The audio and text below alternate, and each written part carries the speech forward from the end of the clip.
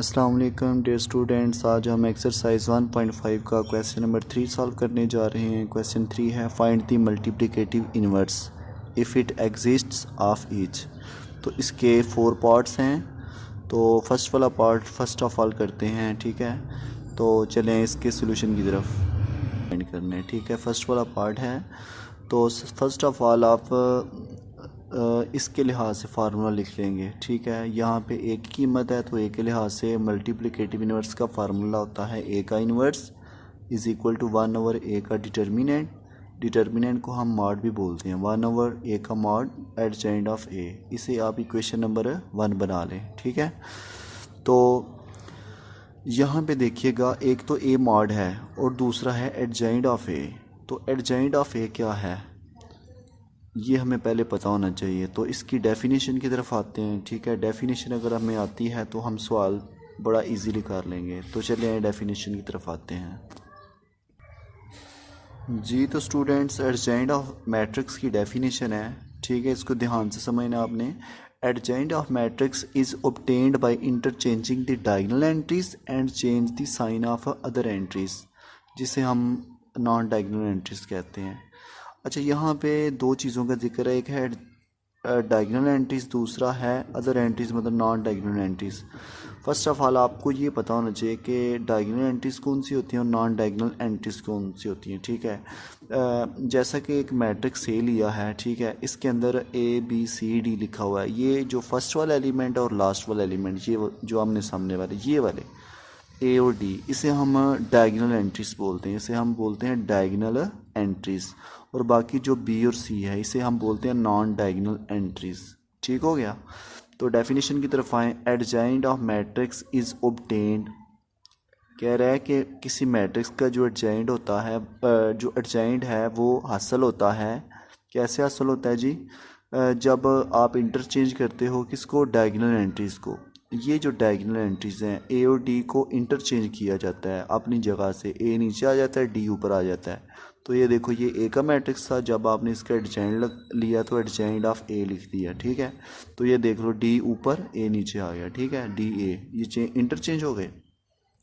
आगे उसने बोला and change the sign of other entries. Other entries मतलब आगे मैंने लिख दिया ब्रैकेट के अंदर नॉन डायगोनल एंट्रीज, यानी कि and change the sign of non diagonal entries. Non diagonal entries के साइन चेंज करने हैं।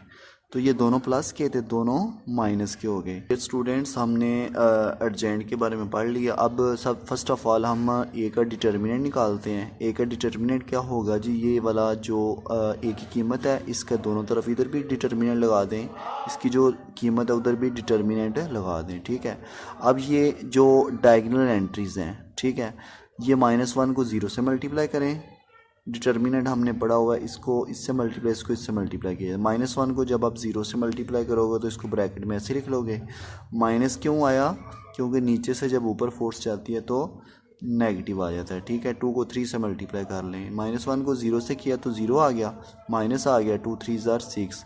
तो 0 - 6 ब्रैकेट के अंदर लिखते हैं नॉन सिंगुलर मैट्रिक्स, या नॉन सिंगुलर लिखते हैं, उर्दू में लिखेंगे गैर नादर जी। तो स्टूडेंट्स, फार्मूले में देखें, एक 1/a का डिटर्मिनेंट है, दूसरा एडजेंट ऑफ ए। दो कीमतें थी, एक आपने ए का डिटर्मिनेंट निकाल लिया, वो आ गया -6, ठीक है।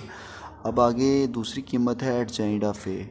यहाँ पे मैं आपको एक बात बताता चलूँ कि अगर डिटर्मिनेंट 0 के इक्वल आ जाए, ठीक है, यानी कि सिंगुलर मैट्रिक्स आ जाए, तो आगे एडजेंट ऑफ ए नहीं आपने लेना, तो वो आपने सिर्फ लिख देना A. So A inverse is not possible, ठीक है। तो अब हमें ज़रूरत है आगे एडजेंट ऑफ ए की। तो एडजेंट हमने अभी डेफिनेशन पढ़ी थी, ठीक है। एडजेंट में क्या किया था कि ये एक मैट्रिक्स है, इसमें डायगोनल एंट्रीज ये हैं, इनको चेंज किया था, इंटरचेंज किया था, यानी कि 0 को ऊपर ले गए थे, -1 को नीचे, इन दोनों के साइन चेंज कर दिए। तो ये देखो, एडजेंट हमने इसका ले लिया, एडजेंट ऑफ ए, तो इज़ इक्वल टू 0 -1। ये कैसे है 0 -1? क्योंकि 0 उधर चला गया, -1 नीचे आ गया, इन दोनों को माइनस कर लें क्योंकि दोनों प्लस के हैं, तो ये दोनों माइनस के हो गए, ठीक है। अब मैंने नीचे लिख दिया पुटिंग वैल्यूज़ इन इक्वेशन 1। क्यों लिखा? क्योंकि हमने ए का डिटर्मिनेंट भी निकाल लिया और दूसरा एडजेंट ऑफ ए भी निकाल लिया। तो मैंने लिख दिया putting values in equation 1। Equation 1 में कीमतें पुट कर लें तो ये देखें जी, A inverse is equal to ऊपर है 1 तो 1 लिख लिया, ठीक है, ओवर ए का डिटर्मिनेंट जो है वो -6 आ गया, नीचे लिख दिया, ठीक है।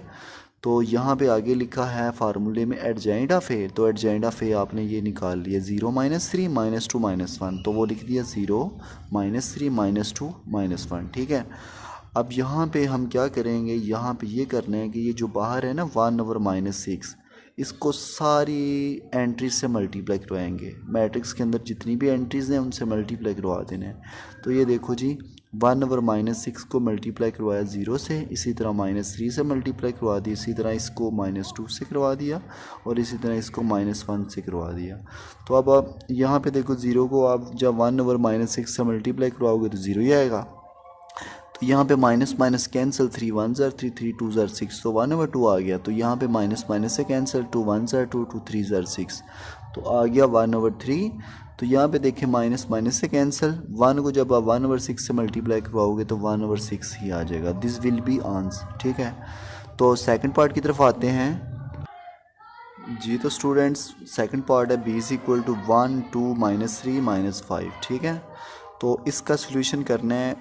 b की कीमत है तो b के लिहाज से फार्मूला आपने मल्टीप्लिकेटिव इन्वर्स का लगा लेना है। वो क्या है, b inverse is equal to 1/b का डिटर्मिनेंट एडजेंट ऑफ b। इसे इक्वेशन नंबर 1 बना लें, ठीक है।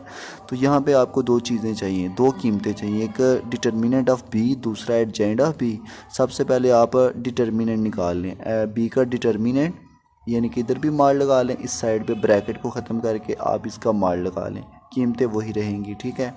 तो डिटर्मिनेंट में क्या करते हैं, 1 को, इस 1 को -5 से मल्टीप्लाई करवाना है, तो -3 को 2 से करवाना है। ये देखो जब आप 1 को -5 से मल्टीप्लाई करवाओगे तो 1 मल्टीप्लाई बाय -5, दरमियान में आ गया माइनस। अब -3 को 2 से मल्टीप्लाई करवा दो, -3 मल्टीप्लाई बाय 2, 1 को -5 से करेंगे मल्टीप्लाई तो -5 आ जाएगा, माइनस माइनस प्लस, 3 2 ज़र 6, तो -5 + 6 1 होता है, ठीक है।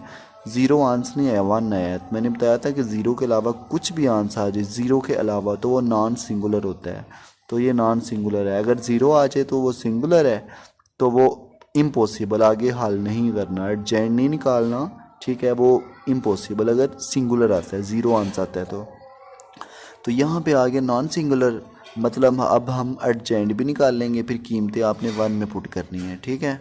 एडजेंट ऑफ बी मैंने लिखा हुआ है, एडजेंट ऑफ बी, इसका आपने एडजेंट लेना है। एडजेंट में क्या करते हैं कि डायगोनल एंट्रीज को चेंज करते हैं। ये देखो 1 नीचे -5 उधर, -5 ऊपर 1 नीचे, इन दोनों के साइन चेंज करने हैं, जगह चेंज नहीं होगी। ये +2 से -2 हो गया, तो -3 से +3 हो गया। दो कीमतें निकाल ली, एक आपने डिटर्मिनेंट ऑफ बी निकाल ली, यानी कि बी का मार्ड निकाल लिया, वो आ गया 1 आ गया। एडजेंट ऑफ बी वो ये आ गया, ठीक है।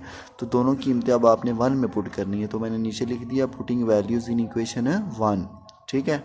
इसमें आपने कीमतें पुट करनी है। तो ये देखो बी इनवर्स ऐसे ही इज़ इक्वल टू 1 की जगह पे 1 ही रहेगा, तो b का डिटर्मिनेंट, उसकी कीमत आ गई जी 1, वो नीचे 1 लिख दिया। आगे लिखा है एडजेंट ऑफ b, तो एडजेंट ऑफ b है -5 -2 3 1, वो लिख दिया, ठीक है। तो ये हमें पता है 1 1 से कैंसिल हो जाएगा, तो यही बच जाएगा, क्योंकि जो 1 है उसको आप मल्टीप्लाई जब इससे करोगे तो यही आएगा, ठीक। अब हम पार्ट नंबर 3 की तरफ आते हैं जी। तो प्यारे स्टूडेंट्स, ये है थर्ड वाला पार्ट और ये है 4 वाला, इसको बाद में समझेंगे, पहले आप थर्ड वाला पार्ट जो है ना उसको समझ लें, ठीक है। तो c की कीमत लिखी है, c इज़ इक्वल टू -2 6 3 -9, इसका भी आपने मल्टीप्लिकेटिव इन्वर्स फाइंड करना है। तो मैंने आपको तरीका बताया हुआ है कि मल्टीप्लिकेटिव इन्वर्स फाइंड करने के लिए सबसे पहले आप उसका फार्मूला लिख लेते हो c के लिहाज से, तो c inverse is equal to 1/, determinant of c, या ऐसे बोल सकते हैं 1/c का मॉड एडजेंट ऑफ c एक साइड पे लिख लें। इसे आप इक्वेशन नंबर 1 बना लें। अब हमें दो कीमतें चाहिए, एक c का डिटर्मिनेंट, दूसरा एडजेंट ऑफ c। तो c का डिटर्मिनेंट सबसे पहले निकाल लें जी। c का डिटर्मिनेंट क्या आता है, c का इधर भी डिटर्मिनेंट लगा लें, ठीक है, उस साइड पे भी जो ब्रैकेट्स है उधर भी आप डिटर्मिनेंट लगा लें, ये देखो लगा लिए, ठीक है।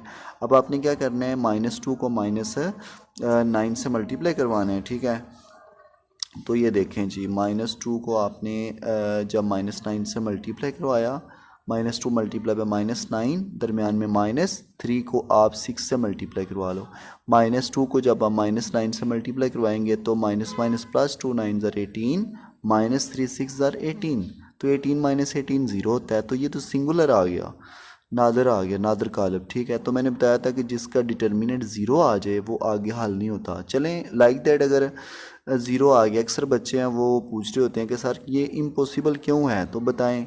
चलें मैं आपको बता देता हूँ कि इम्पॉसिबल क्यों आया है, इसको हम कर लेते हैं। ठीक है जी, तो स्टूडेंट्स मैंने सी डिटर्मिनेंट जो है वो सी का डिटर्मिनेंट ज़ीरो के बराबर लिख लिया। ठीक है, अब मैं लाइक दैट कीमतें पुट करके देखता हूँ कि ये इम्पॉसिबल यानी कि लिखा है ना, is not C inverse is not possible, ये कैसे मतलब पॉसिबल नहीं है, तो चेक कर लेते हैं।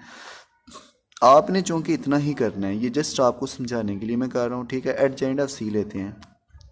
एडजेंट ऑफ सी वो आपको पता है कि क्या करते हैं, डायगोनल एंट्रीज को चेंज करते हैं। -9 ऊपर और -2 नीचे, इन दोनों के साइन चेंज कर लेते हैं। ये -6 हो जाएगा और वो -3 हो जाएगा। ठीक है, चलें अब हम इन दोनों की कीमतें 1 में पुट कर लेते हैं। तो मैं लिखता हूँ पुटिंग वैल्यूज़ इन 1। ठीक है, इन शॉर्ट मतलब बहुत जल्दी में लिख रहा हूँ बस आपको समझाने के लिए। सी इनवर्स, ये देखो ये एक फर्स्ट इक्वेशन है, इसमें पुट कर रहा हूँ, is equal to 1 over C mod की कीमत है ज़ीरो लिख दी। आगे एडजेंट की कीमत है वो -9 -6 -3 -2। अच्छा यहाँ पे देखें इम्पॉसिबल क्यों हो गया, क्योंकि 1 ओवर ज़ीरो जो होता है ना ये अनडिफाइंड वैल्यू आ जाती है। 1 ओवर ज़ीरो जो होता है ना वो अनडिफाइंड कीमत हो जाती है। ठीक है, अनडिफाइंड मतलब इनफिनिटी, कोई भी कीमत ऊपर आ जाए नीचे ज़ीरो हो तो वो अनडिफाइंड कीमत आ जाती है, तो इसलिए वो लिख दिया। So C inverse is not possible, यानी कि अब हमें एडजेंट की ज़रूरत भी नहीं है, क्योंकि सी मार्ड अगर ज़ीरो आ गया है तो आगे हल नहीं होता। सो सी इनवर्स ये वाला इज़ नॉट पॉसिबल। 4 वाला पार्ट है डी इज़ इक्वल टू 1/2 3/4 1 2। ठीक है, इस सबसे पहले आपने इसका फार्मूला लिख रहे हैं, D inverse is equal to 1/d का डिटर्मिनेंट एडजेंट ऑफ डी। इसे आप इक्वेशन नंबर 1 बना लें। सबसे पहले आपको डी का डिटर्मिनेंट चाहिए। ठीक है, डी का डिटर्मिनेंट, इसी का डिटर्मिनेंट आपने ले लेना है। 1/2 को आप 2 से मल्टीप्लाई करवा दो, दरमियान में माइनस क्यों, क्योंकि 1/2 ये ऊपर से नीचे को फोर्स आ रही है, नीचे से ऊपर को जब फोर्स जाती है तो वो माइनस, तो 1 को आप 3/4 से मल्टीप्लाई करवाओगे। ठीक है, डिटर्मिनेंट में माइनस आता है, 2 से कैंसिल 1 आ गया, -3/4 को 1 से मल्टीप्लाई करवाओगे तो 3/4 हो जाएगा। अब आपने क्या करना है, अब आपने एलसीएम लेना है। 4 इसके नीचे चूँकि 1 है, 4 को 1 से मल्टीप्लाई करवाओगे तो 4 आ जाएगा। तो इसको 4 को 1 से मल्टीप्लाई करवाओ 4 आ गया, 1 को 3 से मल्टीप्लाई करवाओ तो 3 आ जाएगा, 4 - 3 हो जाएगा 1/4 आ गया। ठीक है, तो ये नॉन सिंगुलर आ गया। ठीक है, नॉन सिंगुलर मतलब जिसका डिटर्मिनेंट ज़ीरो के बराबर ना हो, ज़ीरो के अलावा कुछ भी आ जाए तो वो नॉन सिंगुलर होता है, तो आगे हल होता है। ठीक है, अब फार्मूले के अंदर एक तो आपने डी का डिटर्मिनेंट निकाल लिया, दूसरा क्या है एडजेंट ऑफ डी।